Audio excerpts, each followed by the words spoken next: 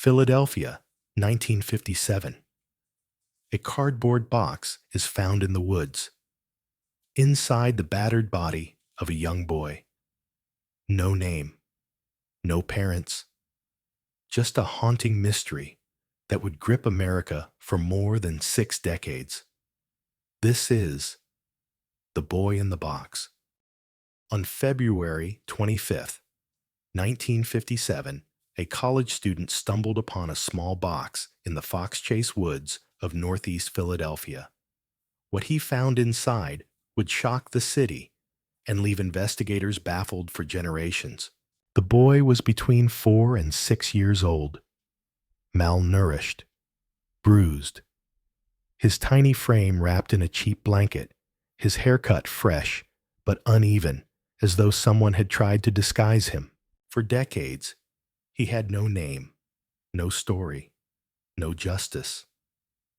The world only knew him as America's unknown child. This is the chilling story of one of the most heartbreaking unsolved mysteries in American history. It was a cold February day when a young man out checking his muskrat traps noticed something unusual along Susquehanna Road. At first he ignored it. Just a discarded box in the woods. Nothing special. But as he drew closer, curiosity overcame him. The box was large, once used to hold a bassinet, a baby's crib from JCPenney. Inside lay the body of a little boy, naked, bruised, wrapped in a cheap flannel blanket, his eyes closed forever. The student panicked. Afraid of what he had seen, he hurried home without telling the police. It wasn't until the next day, when another young man spotted the same box while chasing a rabbit, that the authorities were finally alerted. When police arrived at the scene, they realized immediately this was not a typical crime. The boy looked cared for. In some ways, his hair had been freshly cut and his nails trimmed, but the marks on his body told another story. He had been beaten, malnourished, possibly neglected for most of his short life. Officers scoured the woods, searching for clothing belongings, anything to identify him. All they found was the box, the blanket, and the boy. Nothing more. The discovery was so disturbing that within hours, Philadelphia's police force launched a massive investigation. They believed someone somewhere had to know this child. Someone had to be missing him. But as the hours turned into days, no one came forward. The case would become one of the most haunting mysteries in American criminal history, a case where every clue led only to more questions. Philadelphia, 1957. The discovery of a small boy's body inside a discarded box had already shaken the city to its core. But for the police officers who stood over him that day, the nightmare was just beginning. They had a victim. They had a crime. But they had no name, no witnesses, and no clear path forward. In the annals of criminal investigations, this case would prove to be one of the most frustrating the department had ever faced. The investigation began immediately. Detectives from the Philadelphia Police Department's Homicide Division flooded the area around Susquehanna Road. They searched the woods inch by inch, hoping to find clothing footprints or perhaps a discarded object linking the boy to his killer. But aside from the bassinet box and the flannel blanket, there was nothing. No shoes, no coat, no identification. Still, they documented everything meticulously. The box itself became an early focus. It had once held a baby bassinet sold at a local JCPenney store. Detectives traced the box through its serial number, learning it was one of 12 shipped to that area. They interviewed customers who had purchased bassinets. Yet each lead fizzled into nothing. No one remembered discarding a box like that. Next, they turned their attention to the boy's blanket. It was cheap, mass-produced, and widely sold. Investigators hoped the distinct stitching might lead them to its origin, but again, they hit a dead end. The autopsy revealed further details. The boy was between 4 and 6 years old, weighing only 30 pounds, far below the healthy weight for a child his age. He bore numerous scars and bruises, some old, some fresh. His hair had been crudely cut, with clumps of it still clinging to his body. Medical examiners concluded he had likely suffered long-term neglect. But how could a child endure such abuse without someone noticing?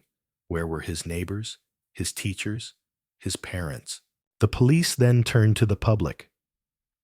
They released photographs of the boy's face to newspapers across Philadelphia. They distributed thousands of posters, some showing him fully dressed in imagined clothing to make him look like any ordinary boy one might have seen on the street. The media named him the boy in the box. And almost overnight, the case became a citywide obsession. Tips poured in. People called to report missing children, suspicious neighbors, or strange sightings. Some believed the boy was a runaway. Others thought he might have been kidnapped. Every lead was investigated, and every lead collapsed under scrutiny. It was as if this child had appeared from nowhere and vanished without ever being missed. Despite the dead ends, detectives refused to give up. They tried innovative methods for the time. The boy's fingerprints were taken and compared to hospital and adoption records. His footprints were sent to nearby hospitals in case he had been born locally. Police even examined reports of missing children across the country, hoping the boy might have been brought to Philadelphia from another state. Yet none matched his description. Days stretched into weeks, and the investigation became more desperate. In an extraordinary move, the Philadelphia police dressed the boy's body in clothing and propped him up in a chair. They photographed him as if he were alive, hoping that someone might recognize his face more easily in that state. It was a haunting decision, controversial even then, but it underscored the desperation of investigators. Still, no one came forward. By the spring of 1957, detectives had interviewed hundreds of people. They checked every orphanage, every foster home, every school. They questioned doctors and nurses, searching for a child with similar scars or history of abuse. But America in the 1950s was different from today. Records were poorly kept. Social services were limited. Children could slip through the cracks far too easily. And so the boy remained unidentified, an unknown child lying in the morgue with no one to claim him. For the investigators, the frustration was crushing. They had evidence. They had determination. What they lacked was the one thing that mattered most, a name. Because without a name, there could be no justice. Media frenzy and dead end leads. 1957, 1960s. The mystery of the boy in the box did not stay confined to Philadelphia. Within weeks, it spread across the entire United States. Newspapers from coast to coast ran headlines about the unknown child. Radio broadcasters delivered somber updates, and the public was left both horrified and fascinated. It was the kind of case that struck at the heart of American fears, a child nameless and unloved, abandoned in the woods like trash. Who was he? Who could have done this? The Philadelphia Inquirer offered to print 400,000 flyers with the boy's picture, distributing them across Pennsylvania and beyond. Posters appeared in post offices, gas stations, and diners. Police plastered them on telephone poles and bus stops. The haunting image of the child stared back at millions of Americans. And for a moment, it seemed inevitable that someone somewhere would recognize him. But the days turned into weeks, and recognition never came. Despite the lack of identification, the case generated thousands of tips. One caller insisted the boy was from New Jersey, pointing investigators toward a missing child from Camden. Another claimed he resembled a boy who had vanished in Long Island. Detectives traveled hundreds of miles chasing rumors, interviewing families, and comparing photographs. Each time hope flickered, and each time it was extinguished. None of the missing children matched the boy in the box. Then came a particularly promising lead. A foster home, just 1.5 miles from where the body was found, drew the attention of investigators. Could the boy have come from there? The foster home housed dozens of children, some neglected, some without proper records. The owner was questioned repeatedly. Detectives even explored whether the bassinet box could have originated there, but no evidence ever tied the child to the home. It was another dead end. As the years passed, the case took on a life of its own.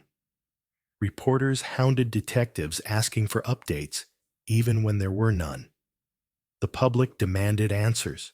Some journalists even suggested that the boy was deliberately abandoned to conceal a shameful family secret, perhaps the illegitimate child of wealthy parents. Others floated more sinister theories. Was he the victim of an underground trafficking ring? Or perhaps a runaway circus child discarded when he was no longer useful? The lack of facts only fueled speculation. For detectives, this was a double-edged sword. The media kept the case alive in the public consciousness, but it also buried them under a mountain of false leads. Tipsters came from everywhere. A waitress swore she had seen the boy eating at her diner with a mysterious couple. A truck driver claimed he spotted a woman carrying a child near the woods on the night of the discovery. None of these accounts could be verified. Memories where fuzzy timelines conflicted, and the truth slipped further away. Desperate for a breakthrough, investigators turned to science. But in the 1950s and 60s, forensic technology was primitive compared to today. They studied the boy's fingerprints, but there was no national database to compare them to. They examined his teeth, hoping dental records might connect him to a school or clinic, but again, nothing. Even the autopsy raised more questions than answers. Some doctors argued he died from blunt force trauma. Others suspected suffocation. There were no definitive signs. The uncertainty gnawed at the detectives. They could not even say with confidence how the boy had died. And without that, how could they prove who killed him? By the early 1960s, the original investigators were exhausted. Leads had dried up, tips had slowed, and public interest was beginning to wane. But for some detectives, the case became an obsession. One man in particular, Detective Remington Bristow, refused to let the boy be forgotten. He spent his own money, his own time chasing theories long after the department had moved on. Bristow would later play a critical role in keeping the mystery alive. But during the late 1950s and early 60s, even his determination could not pierce the silence surrounding the child.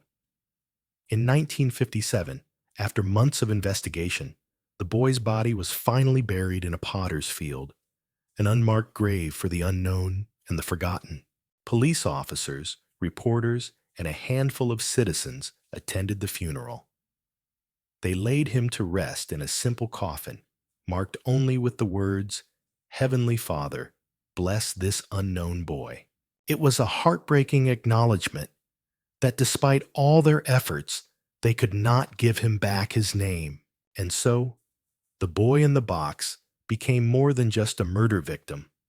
He became a symbol of mystery, tragedy, and America's failure to protect its most vulnerable. The case was far from over.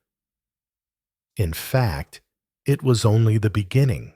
Over the next decades, Detective Bristow and others would pursue strange and haunting theories.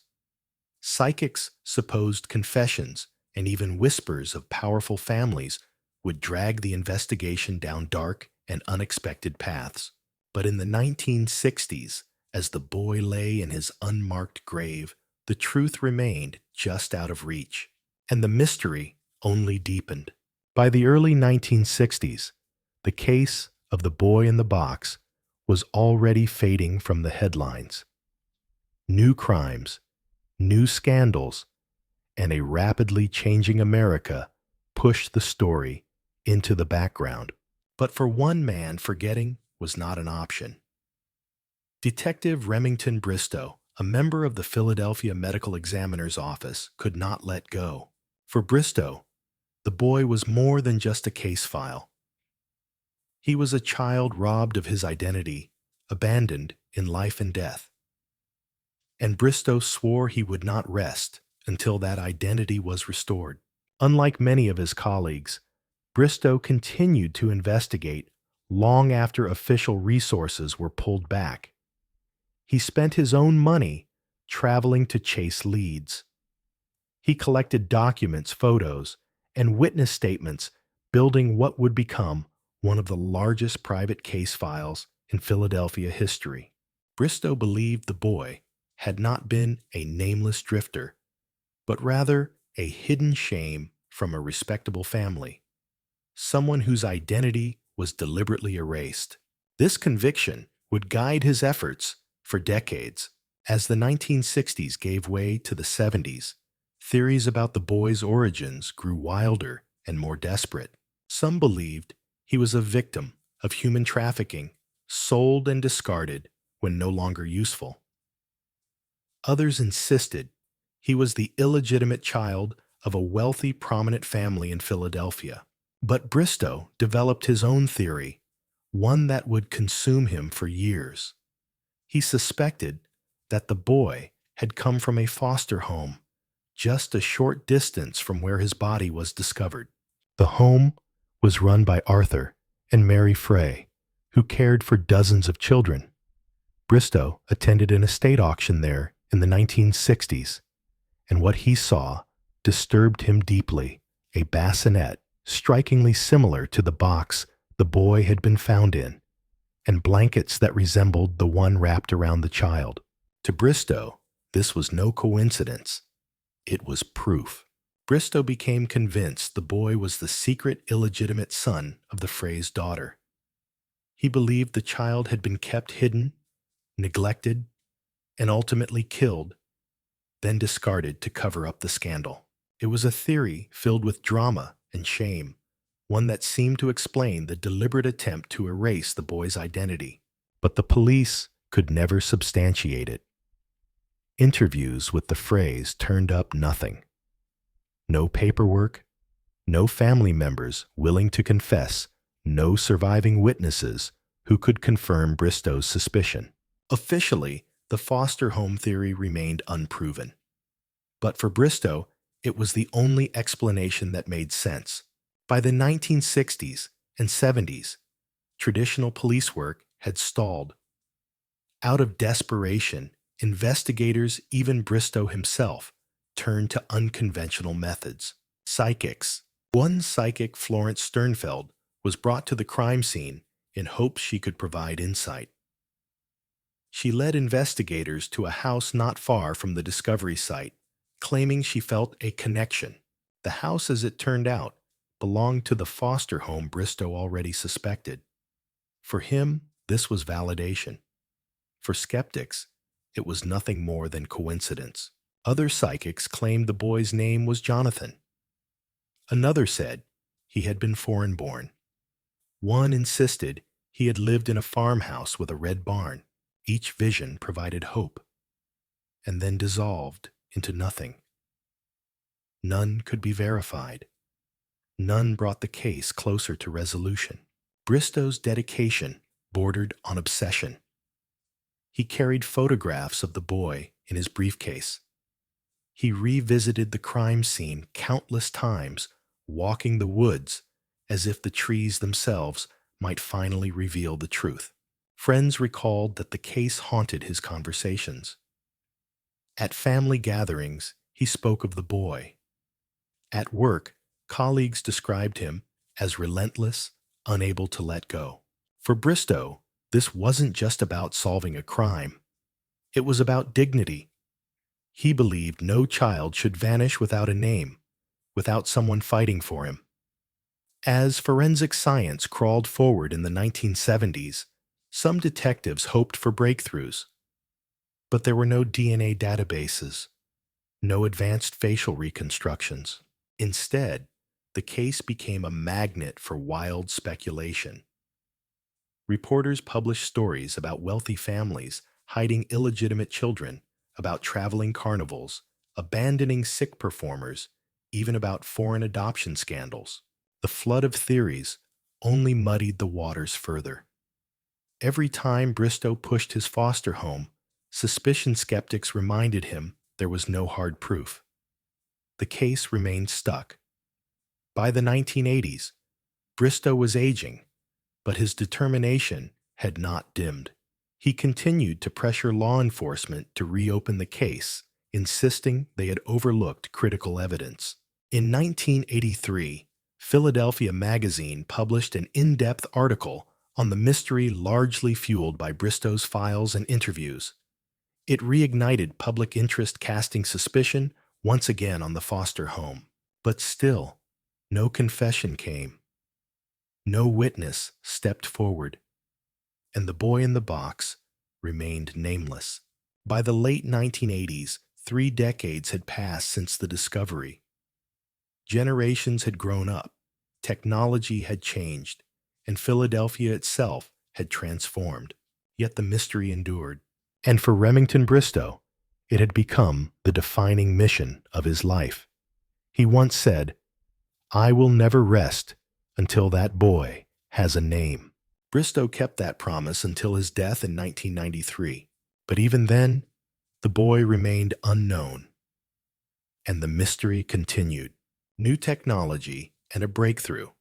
1990s, 2000s. By the 1990s, nearly 4 decades had passed since the battered body of a little boy was found in a cardboard box on Susquehanna Road. Detective Remington Bristow, the man who had devoted his life to solving the mystery, had passed away in 1993, still without answers. But technology was changing. And with it, the promise that modern science might succeed where human persistence had failed. For the Philadelphia Police Department, the boy in the box case had long been considered cold unsolved, but never officially closed. The file was thick with theories, interviews, photographs, and dead ends. The public had all but forgotten. Yet among investigators, the boy remained a haunting presence. He was America's unknown child, a symbol of unfinished business, a puzzle waiting for the right tools to solve it. In the 1990s, forensic science began a revolution. DNA profiling, once experimental, was now transforming criminal investigations. Cold cases once thought impossible to solve were suddenly reopened. Families long denied closure were beginning to hear answers. Could the boy in the box finally get his identity back? In 1998, a bold decision was made. The boy's remains, which had rested for decades in a pauper's grave in Philadelphia, were exhumed. This was no ordinary act. It was controversial, emotional, and symbolic. Reporters gathered. Investigators watched silently. The grave marker read only, "Heavenly Father, bless this unknown boy." The coffin was carefully lifted. And for the first time in 40 years, the remains of America's unknown child were examined again. From the body, forensic experts managed to extract DNA, mitochondrial DNA, passed down through the mother's line. It was fragile, partial, but it was something. For the first time, science had given the boy a genetic fingerprint. Investigators compared the DNA against national databases. They followed up on missing children's cases across the country. At one point, they thought they had found a match, a child who had disappeared from a New Jersey family in the 1950s. But the results came back negative. Again and again, leads sparked hope, only to collapse. The technology was powerful, but in the late 1990s, DNA databases were still small. The boy's genetic code was ready to speak, but there were no relatives yet to answer. In 1998 and 1999, news outlets reignited national attention on the mystery. Television specials, magazine features, and talk shows revisited the story. The image of the boy, his haunting post-mortem photographs, once again appeared on screens and in print across America. For a new generation, the story was fresh, shocking, tragic. Tips flooded in. Letters poured into the Philadelphia Police Department, but just like in the 1950s, the trail quickly grew cold. Too many theories. Too many unverified claims. The boy remained silent. Then, in 2002, an extraordinary new lead emerged. A woman, known only as Martha, came forward, claiming she had once lived in a home where the boy was kept. Her story was shocking. She described horrific abuse, a secret child who was beaten, neglected, and finally killed by her mother's hand. She claimed the boy had been forced to live in a cold basement and that when he died, her mother and a male accomplice placed his body in a box and abandoned it on Susquehanna Road. The details were chilling and eerily consistent with the condition of the boy's body. For investigators, it was a moment of hope. Could this finally be the truth? But as detectives probed deeper, doubts grew. Martha's mental health history raised concerns about credibility. Critical details could not be verified. Her account, while vivid, had no supporting evidence, no family records, no witnesses to confirm her claims. In the end, the story unraveled. Another heartbreak, another false dawn. The case slid back into limbo. In 1998, after DNA was taken, the boy's body was reburied. But this time, the city of Philadelphia gave him a proper resting place. A headstone was erected in Ivy Hill Cemetery. It bore a new name, not his true one, but a title of compassion. America's unknown child. The grave became a place of pilgrimage.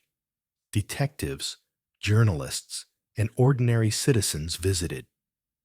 Flowers and toys were left by strangers who had never met him but felt the weight of his story. He was no longer just a forgotten victim in a pauper's grave. He had become a symbol. As the 2000s progressed, technology advanced even further. The rise of the internet gave new life to cold cases. Web forums and amateur sleuth communities began dissecting the mystery of the boy in the box. Theories spread across message boards. Genealogy enthusiasts speculated about DNA. For the first time, the mystery belonged not just to the Philadelphia police or local reporters, it belonged to the entire world. But the answer remained elusive. By the end of the 2000s, 50 years had passed. The boy's DNA had been preserved. His grave had been marked. His story had been retold. And yet the most important question, the boy's name, remained unanswered. Still, the case was no longer forgotten. The foundation had been laid. The next great leap in the 2010s and beyond would finally come not from rumor, not from psychics, not from obsession, but from science and the extraordinary rise of genetic genealogy. The genetic genealogy revolution 2020s. By the dawn of the 2010s, the mystery of the boy in the box had lingered for more than half a century. The file was thick, the photographs still haunted, the DNA had been preserved. But the boy's name remained hidden, locked away in the silence of time. What investigators needed wasn't just science. They needed a revolution. In the 2010s, a new tool began reshaping the world of cold cases genetic genealogy. It started quietly, with companies like Ancestry and 23andMe offering DNA kits to curious customers.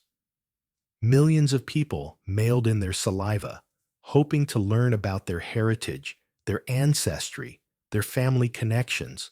But those same DNA profiles created massive databases maps of genetic relationships stretching across continents. Suddenly, investigators could compare crime scene DNA against millions of ordinary people. A single cousin, a distant relative, could be the key to solving a decades-old mystery. By 2018, the world had seen the power of this technique. The Golden State Killer, one of America's most notorious serial predators, was identified after decades of eluding justice. His DNA was linked through relatives who had uploaded their genetic data online. Across the country, dozens of other cold cases began to crack. Murder victims were identified. Killers were caught. Families finally learned the truth. And in Philadelphia, investigators turned their eyes once more to America's unknown child. In 2019, Philadelphia detectives partnered with experts in forensic genealogy. They re-examined the boy's fragile DNA sample. With advances in sequencing technology, even degraded fragments could now be reconstructed into usable profiles. It was painstaking work. Months of testing, digital reconstruction, and finally, the boy's genetic fingerprint was uploaded into genealogy databases. The results did not give an immediate name, but they gave something extraordinary: relatives, third cousins, distant branches of family lines. Genealogists began building a family tree, starting with these distant matches and working backward generation by generation. Slowly, a web of connections emerged: names, dates, census records, immigration documents, marriage certificates. Piece by piece, they traced the branches back toward Philadelphia in the 1950s. And then, after decades of searching, one branch led directly to him. On December 8, 2022, the Philadelphia Police Department held a press conference. For the first time in 65 years, the world learned the boy's true identity. He was Joseph Augustus Zarelli, born January 13, 1953, just 4 years old when his life was taken. After decades as a nameless symbol, he finally had a name. Joseph was the son of Augustus J. Zarelli and Mary Elizabeth Abel. The Zarelli family lived in West Philadelphia. By all accounts, they were complicated, fractured. Joseph's parents never married. His short life appeared to have been marked by instability, secrecy, and possibly neglect. Police did not release every detail, but the DNA match was undeniable. The boy in the box was no longer a mystery. He was a child of Philadelphia, a child with a name, a birthday, a lineage. But even as his identity was revealed, one question remained: who killed Joseph? The announcement in 2022 was bittersweet. Investigators had given the boy back his name, but the trail toward his killer was far colder. Both of Joseph's parents were long deceased. Many potential witnesses were gone. Detectives suggested that abuse and neglect were likely involved, but without living suspects, no charges could be filed. The tragedy had clarity, but not justice. Yet the impact was enormous. For decades, Joseph had been mourned by strangers, buried under the title America's Unknown Child. Now, his name was etched into the story. Visitors to his grave could whisper it, pray over it, speak to him as Joseph. For genealogists, detectives, and countless citizens, it was a moment of closure, if not for the crime, then for the child's dignity. He was no longer forgotten, no longer nameless. He was Joseph Augustus Zarelli. The boy in the box case is one of the oldest cold cases ever solved through DNA and genetic genealogy. It shows the extraordinary power of science, but also the persistence of human determination. Detectives like Remington Bristow, who spent his life chasing the truth, did not live to see the ending.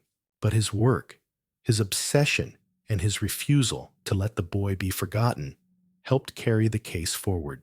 It took the combination of tireless human effort and 21st century science to finally bring Joseph's name home.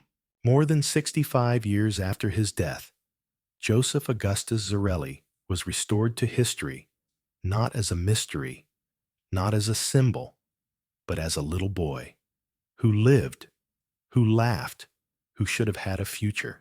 His case remains a reminder of the importance of never giving up, of always seeking truth, and of the powerful bond between science and justice. Joseph's story is no longer just a riddle. It is a legacy etched into the heart of Philadelphia and into the conscience of America. By the time Joseph Augustus Zarelli's name was revealed in 2022, the boy in the box had already transcended the boundaries of a single crime. For more than 6 decades, his story haunted investigators, journalists, and everyday Americans. He was no longer just a victim, he had become a symbol of mystery, of persistence, of justice, delayed but not forgotten. From 1957 onward, the case never disappeared from public consciousness. Every few years, a new article, a fresh television special, or a passing mention would revive interest.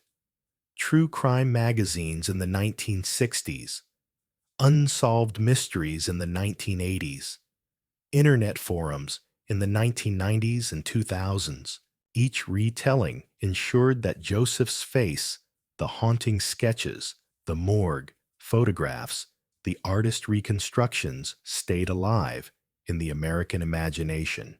He became a cultural echo, a question whispered across generations.